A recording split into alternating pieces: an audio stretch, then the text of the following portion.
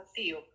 अर्जुन ने पूछा, जो आपकी सेवा में सदैव तत्पर रहते हैं या जो व्यक्ति निर्विशेष ब्राह्मण की पूजा करते हैं, इन दोनों में से किसे अधिक पूर्ण सिद्ध माना जाए?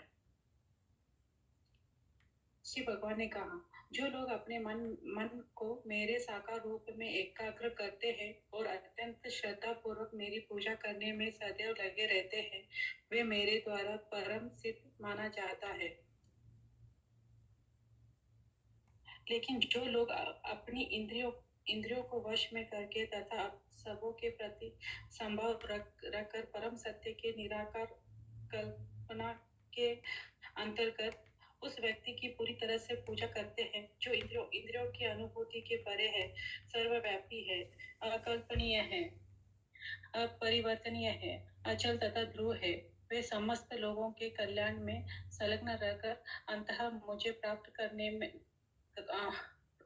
प्राप्त करते हैं। जिन लोगों के मन में परमेश्वर के अव्यक्त निराकार स्वरूप के प्रति आसक्त है, उनके लिए प्रगति कर पाना अत्यंत कष्टप्रद है। देहधारियों के लिए उस क्षेत्र में प्रगति कर पाना सदैव दुष्कर होता है। जो अपने सारे कार्यों को मुझ में अर्पित करके तथा अविचलित भाव से मेरी भक्ति करते हुए मेरी पूजा करते हैं और अपनी चिंता को मुझ पर स्थिर करके निरंतर मेरा ध्यान करते हैं, उनके लिए हे पार्थ, मैं जन्म मृत्यु के सागर से शीघ्र ही उद्धार करने वाला हूँ। मुझ भगवान में अपनी चित्त को स्थिर करो और अपनी सारी बुद्धि मुझ में लगाओ। इस प्रकार तुम निसंदेह मुझ में सदैव वास करोगे। हे अर्जुन, हे धनंजय, यदि तुम अपने चित्त को अविचलित भाव से मुझ पर स्थिर नहीं कर सकते, तो तुम भक्ति योग के विधि विधानों का पालन करो। इस प्रकार तुम मुझ में प्राप्त करने की चाह उत्पन्न करो। यदि तुम भक्ति योगी की विधि विधानों का भी अभ्यास नहीं कर सकते, तो मेरे लिए कर्म करने का प्रयत्न करो, क्योंकि मेरे लिए कर्म करने से तुम पूर्ण अवस्था स्थिति को प्राप्त करोगे। किंतु यदि तुम मेरी इस भावनामृत में कर्म करने में असमर्थ हो, तो तुम अपने कर्म के समस्त फलों को त्याग कर कर्म करने का तथा आत्मसिद्ध होने का प्रयत्न करो। यदि तुम यह अभ्यास नहीं कर सकते, तो तुम ज्ञान के अनुशीलन में लग जाओ। लेकिन ज्ञान में श्रेष्ठ है ध्यान, और ध्यान में भी श्रेष्ठ है कर्म फलों का परित्याग, क्योंकि ऐसा त्याग से मनुष्य को मन शांति प्राप्त हो सकती है। जो किसी से द्वेष नहीं रखता, लेकिन सभी जीवों का दयालु मित्र है, और जो अपने को स्वामी नहीं मानता और मिथ्य अहंकार से मुक्त है, जो सुख दुख में संभाव रहता है, सहिष्णु है, सदैव आत्मतृष्ट रहता है, आत्मसंयापी है, और तथा जो निश्चय के साथ मुझ में मन तथा बुद्धि को स्थिर करके भक्ति में लगा रहता है, ऐसे भक्त मुझे अत्यंत प्रिय है।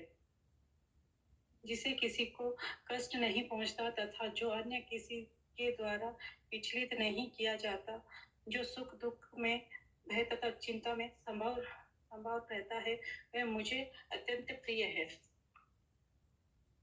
मेरा ऐसे भक्त जो सामान्य कार्यकल्पों पर आश्रित नहीं है, जो शुद्ध है, दक्ष है, चिंता रहित है, समस्त कष्टों से रहित है और किसी फल के लिए प्रयत्नशील नहीं रहता, मुझे अतिशय प्रिय है।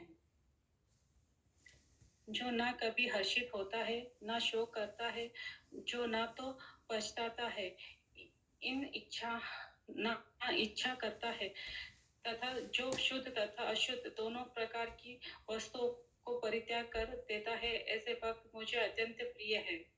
जो मित्र तथा शत्रुओं के लिए समान है, जो मन तथा अपमान शीत तथा गर्मी, सुख तथा दुख, यश तथा अपयश में संभाव रहता है। वह दूषित संगति से सदैव मुक्त रहता है। जो सदैव मन तथा किसी भी वस्तु से संतुष्ट रहता है, जो किसी प्रकार के घर बार की परवाह नहीं करता, जो ज्ञान में दृढ़ है और जो भक्ति में संलग्न है, ऐसे पुरुष मुझे अत्यंत प्रिय है। जो किसी भक्ति में परम पद का अनुसरण करता है और जो मुझे ही अपना चरम लक्ष्य बनाकर श्रद्धा सहित पूर्ण रूपेण संलग्न रहता है, वह भक्त मुझे अत्यंत प्रिय है। इस प्रकार श्रीमद् भागवत गीता के 12वां अध्याय भक्ति योग का भक्ति वेदांत तात्पर्य पूर्ण हुआ। श्रील प्रभुपाद की जय। थैंक यू माता जी। श्रील प्रभुपाद की जय।